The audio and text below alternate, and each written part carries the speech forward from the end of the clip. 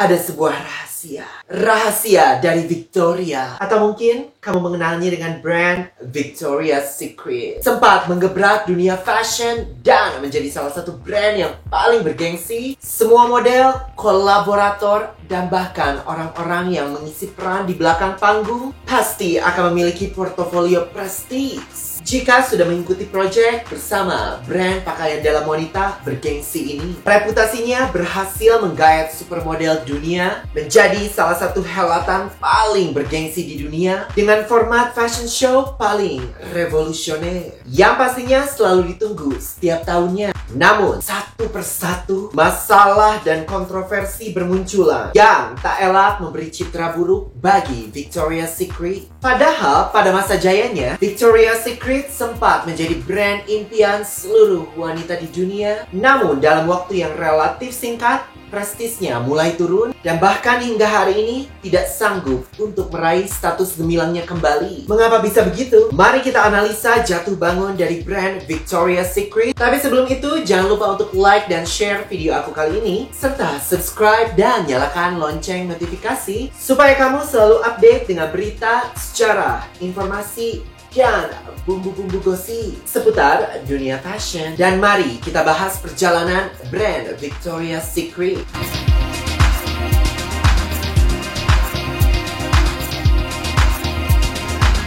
Bayangkan seorang pria dengan segala maskulinitasnya harus berkunjung ke sebuah toko pakaian wanita, dan bukan sekedar pakaian, tapi pakaian dalam.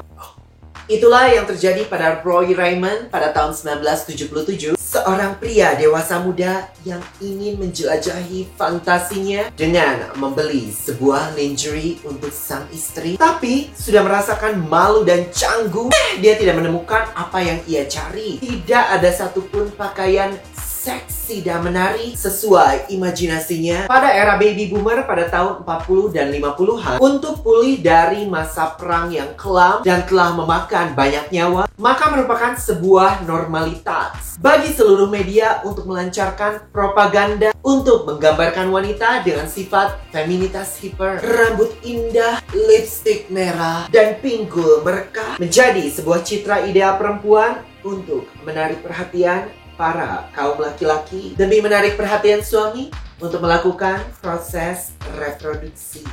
Semua berubah ketika dunia memasuki era tahun 60-70-an. Cukup dengan segala tuntutan kesempurnaan bagi para wanita. Mari kita singkirkan segala hal yang mengekang perempuan. Tak terkecuali bra yang pada masa tersebut desainnya hanya mengedepankan unsur estetika, di mana bullet bra dengan bentuk cone yang trendy pada era sebelumnya dinilai kurang nyaman dan kurang relevan untuk dikenakan pada aktivitas modern sehari-hari. Itulah mengapa pada tahun 70-an Raymond hanya menemukan pakaian dalam wanita dengan desain yang cukup membosankan, dan kemudian disitulah ia terinspirasi untuk membuat sebuah perusahaan, sebuah kesempatan untuk memproduksi pakaian dalam wanita dengan desain yang lebih menarik di matanya. Catat, di mata seorang laki-laki. Jadi dari kisah ini saja kita sudah dapat menyimpulkan secara singkat bahwa memang sudah sejak awal Victoria's Secret didirikan, perusahaan tersebut dibangun dari sudut pandang seorang pria, bukan bertujuan utama untuk memberikan kenyamanan dan memberdayakan wanita, melainkan untuk menjelajahi fantasi melalui tubuh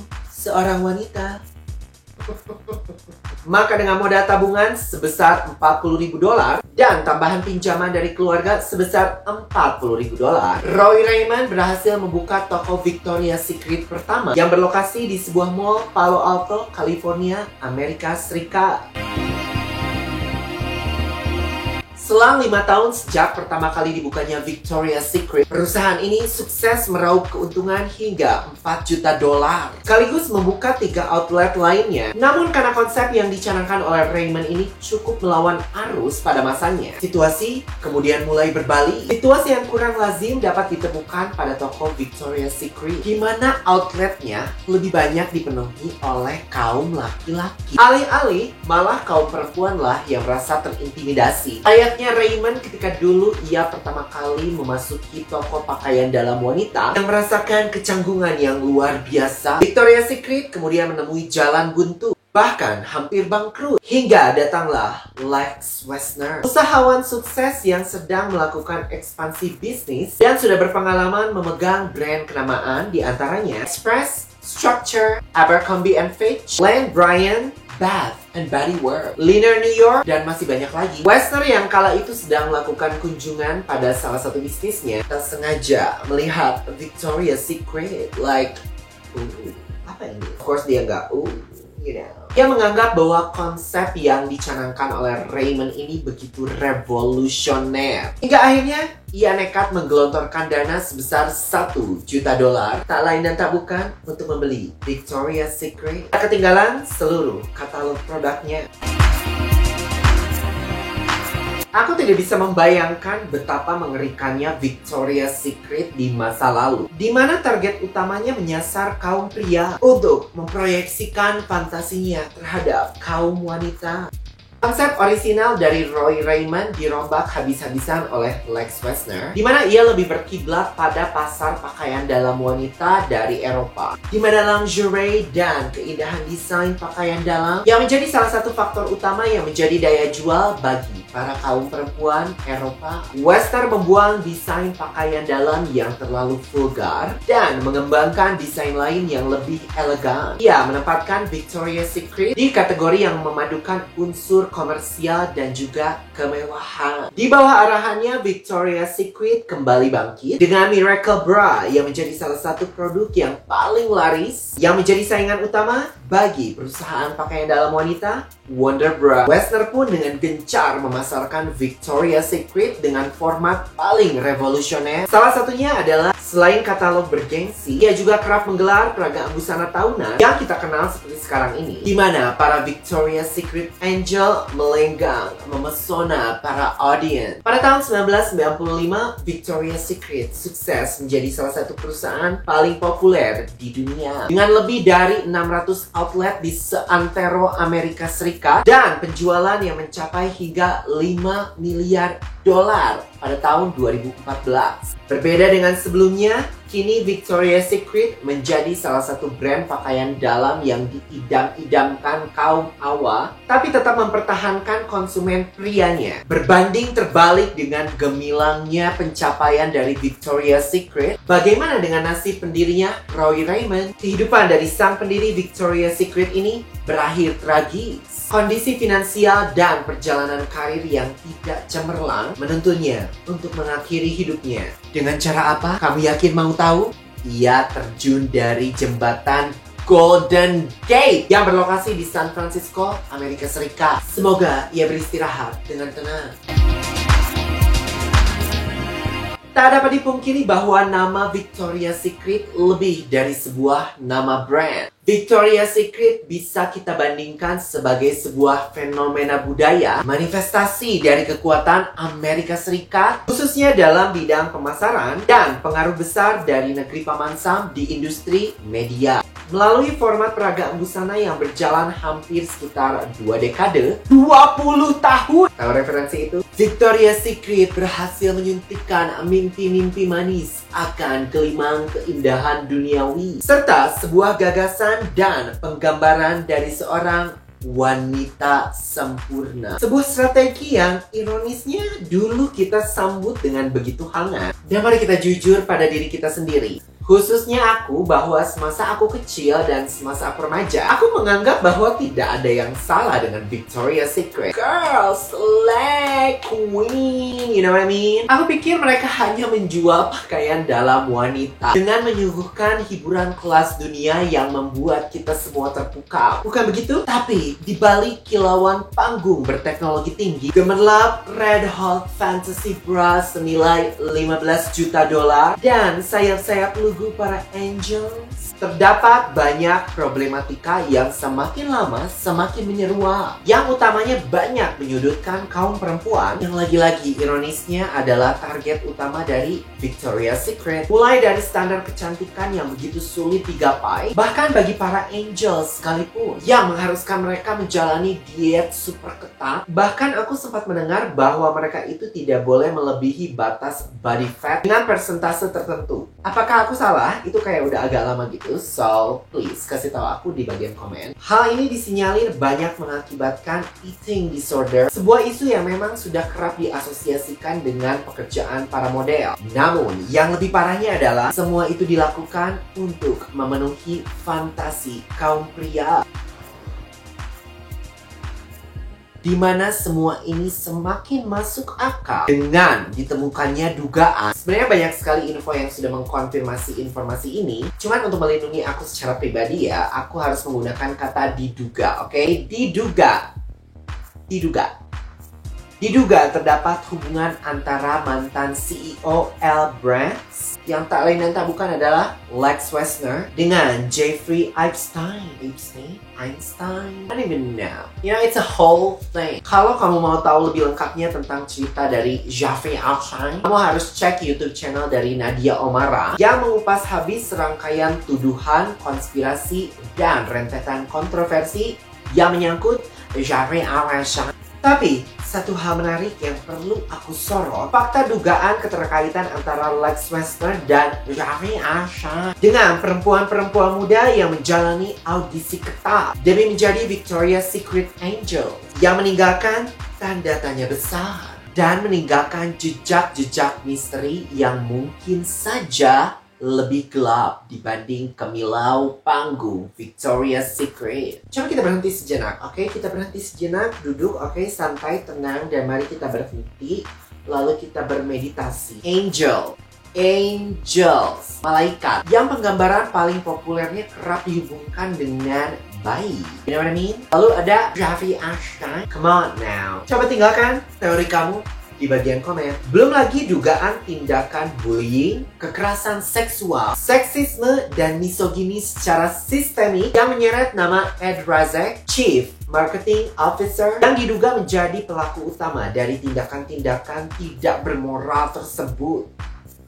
Semua diperparah dengan lontaran komentar negatif yang ditujukan kepada kaum transpuan serta model-model bertubuh plus. Yang lucunya, dengarkan kalimat aku yang satu ini. Ia menilai mereka adalah sosok yang tidak ideal untuk merepresentasikan brand Victoria's Secret. Meanwhile, dia sendiri adalah seorang pria yang menduduki salah satu jabatan tertinggi. Come on now, make it make sense. Komentar tersebut berujung pada kontroversi yang mengakibatkan batalnya peragaan busana tahunan Victoria's Secret serta memengaruhi rating dari siaran Victoria's Secret Annual Fashion Show pada tahun 2018 yang menjadi show terakhir dari Victoria's Secret yang disiarkan di televisi. Tak sampai di situ, siaran terakhir tersebut digadang-gadang mendapat rating jeblok. Rating terjeblok sepanjang sejarah penyiaran dunia. Mungkin kata runtuh adalah kata yang terlalu berlebihan untuk digunakan, mengingat perusahaan ini sebenarnya masih berdiri hingga saat ini dan bahkan masih beroperasi. Tapi selain dari rentetan tuduhan dan kontroversi dari Victoria's Secret, tanda-tanda kejatuhan dari brand ikonik ini sudah mulai terlihat selang 2 tahun sejak masa puncak dari kejayaan Victoria's Secret dengan jumlah penjualan yang fantastis. Perubahan tren dan preferensi pasar turut menggoyahkan status dari Victoria's Secret, di mana brand yang lekat dengan image seksi serta gagasan perempuan sempurna yang begitu lekat bahkan menjadi identitas utama dari Victoria's Secret dirasa sudah mulai usang. Walhasil salah satu lini pakaiannya yaitu swimsuit terpaksa harus dihilangkan. Bahkan katalog yang menjadi ujung tombak dari promosi brand Victoria's Secret ini juga turut dihilangkan. Penurunan penjualan mulai terlihat pada kuartal terakhir di tahun 2016 yang terus turun bahkan di sepanjang tahun 2017. Lalu anjloknya saham hingga hampir 40% pada tahun 2018. So it's like back to back yang berimbas pada penutupan 53 cabang dari Victoria's Secret. 53 cabang, itu bukan main-main loh. Dan kita tahu ini diikuti dengan kontroversi yang menyeruak pada tahun 2018 hingga tahun 2019. Akibat pada mundurnya banyak pejabat eksekutif, tak hanya sampai di situ. Lex Wessner dikabarkan juga mundur pada tahun 2020 dari posisinya sebagai CEO. Belum lagi dengan kondisi pandemik yang melanda pada tahun 2020.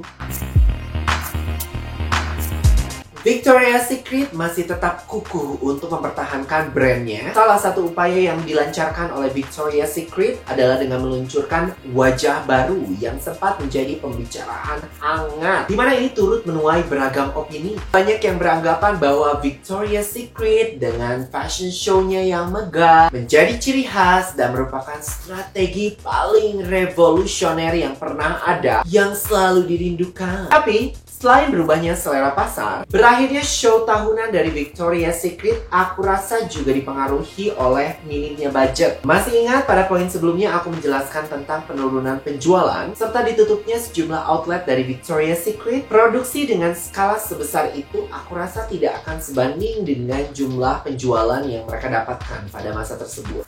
Bayangkan ya, ini satu-satu mari kita breakdown. Mulai dari kontrak para angels, biaya produksi panggung, koleksi sampel, belum lagi fantasy bra yang menjadi daya tarik utama yang biasanya memakan budget paling besar tapi memiliki nilai komersial yang rendah. Siapa juga yang mau pakai bra bertabur berlian gitu ya, yang bukan hanya akan terasa berat, tapi jika digunakan untuk sesi intim bersama pasangan pun pastinya akan sangat tidak nyaman untuk digunakan. Bayang kamu luka-luka ya karena tergores oleh berlian-berlian itu.